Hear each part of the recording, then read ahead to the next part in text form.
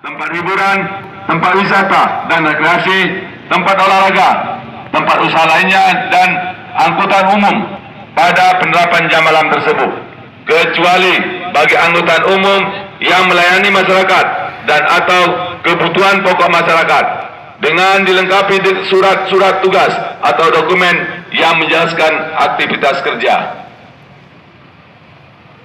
3. Bupati dan Wali Kota melakukan pembinaan dan pengawasan kepada pengusaha dan masyarakat terhadap penerapan jam malam.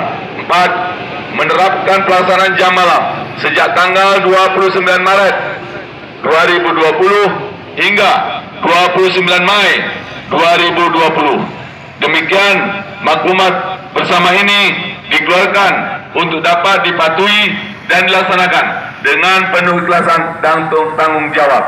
Banda Aceh, 29 Maret 2020. Demikian maklumat bersama Forum Koordinasi Pimpinan Daerah Aceh.